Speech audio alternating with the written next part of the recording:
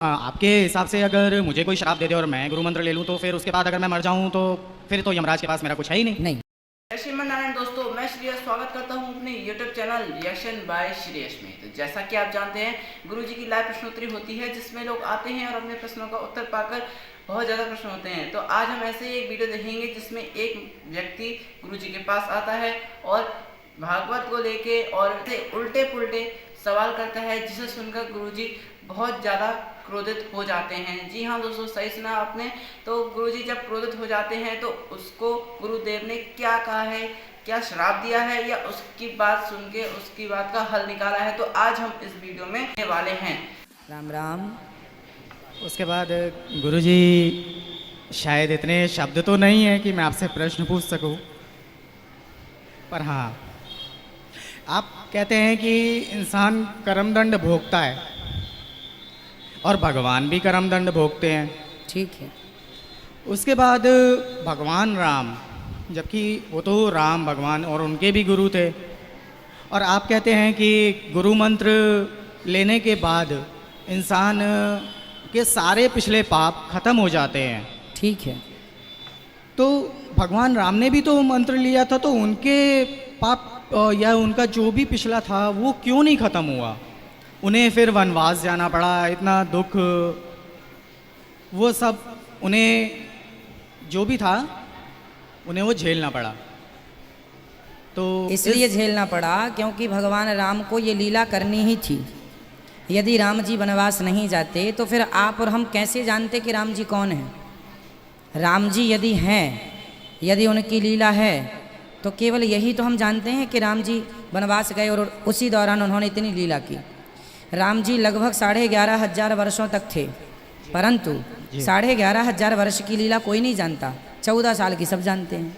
तो उन 14 सालों में जो जो हुआ उससे समाज को एक अच्छा मैसेज देना था, समाज को एक अच्छी प्रेरणा देनी थी, इसलिए भगवान को ये लीला करनी पड़ी। नारद जी का श्राप था, भगवान को पाप नहीं था। आप कह रहे हैं ना भगवान जी ने पाप, जी वो पाप नहीं था, वो शाप था।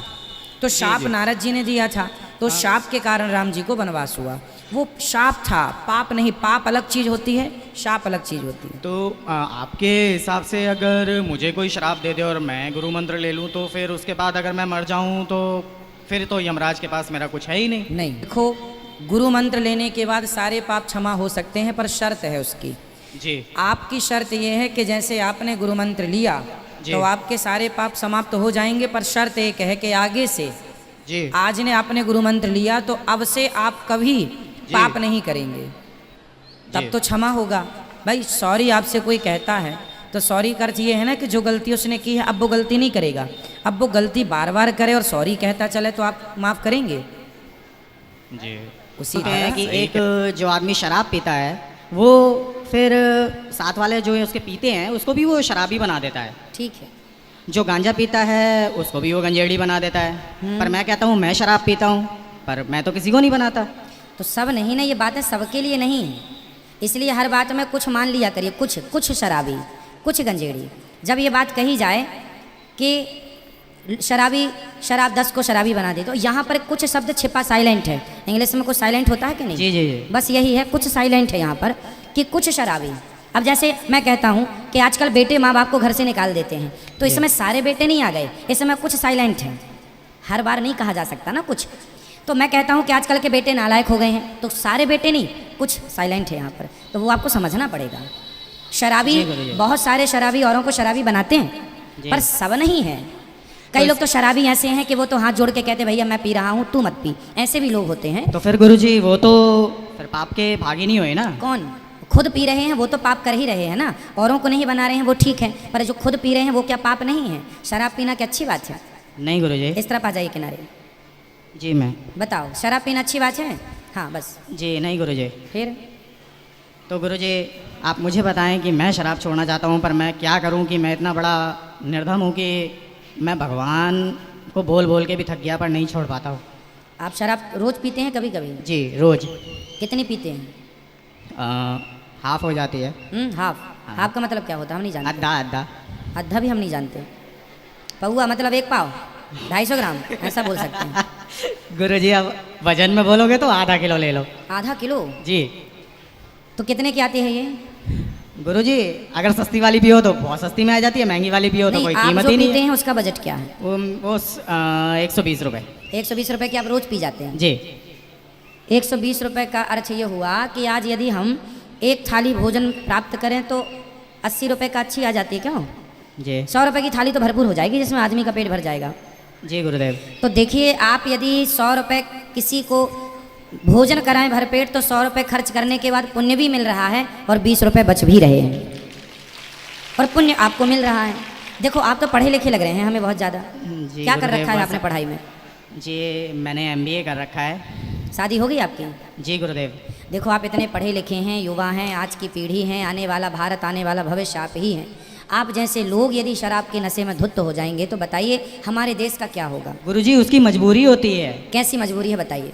अब कोई आदमी इतना टेंशन में होगा तो फिर क्या करेगा वो? आप क्या करते हैं? कितनी टेंशन है? कितना बड़ा परिवार है आपका? गुरुजी मैं शेयर मार्केट में अपना ट्रेड करता हूँ ठीक है। और वहाँ मुझे अभी कुछ टाइम से इतना घाटा लगा कि मैंने शराब इतनी शुरू कर दी कि मैं तो पागल हो घाटा, चलो घाटा लग गया तो आपने शराब स्टार्ट की, तो क्या शराब पीने से आपका घाटा की भरपाई हो गई?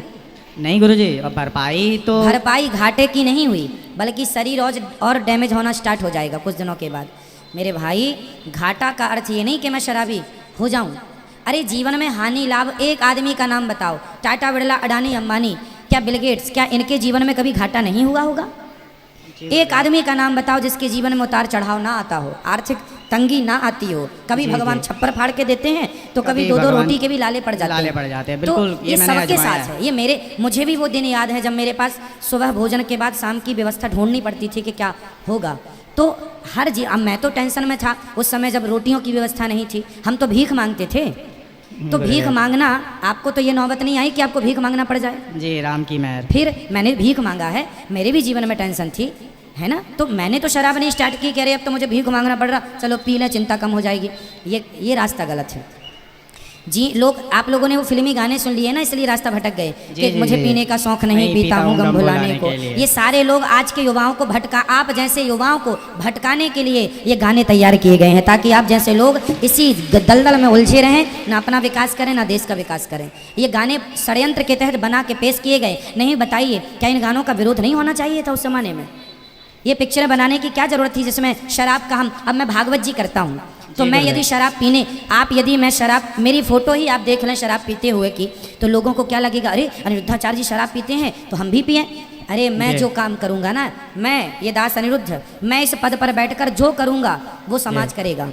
मैं अच्छा करूँगा तो समाज अच्छा करेगा, मैं बुरा करूँगा तो समाज बुरा करेगा। ये फिल्मी दुनिया वाले, क्या इनका ये धर्म नहीं था कि तुम्हें दुनिया फॉलो करती है तो तुम ये गंदे काम ना करो? तुम शराब पियोगे तो और ना जाने कितने लोग शराब स्टार्ट कर देंगे। क्या ये इन सुपर डुपर स्टार लोगों की क्या ये जिम्मेदारी नहीं थी? पर गुरुजी आज वही तो अब उसका विडंबना है। शिकार आप हो चुके हैं। जी गुरुजी मैं मानता हूँ और आज आप यही आशीर्वाद दें कि बस मैं आज मैं के आपको बाद एक से- निवेदन करूंगा कि आपके अंदर जो आपका मन है, जी वो मन जो है उस मन को आप समझाइए। देखो, नथिंग इज इम्पॉसिबल, इस संसार में कुछ भी असंभव नहीं है।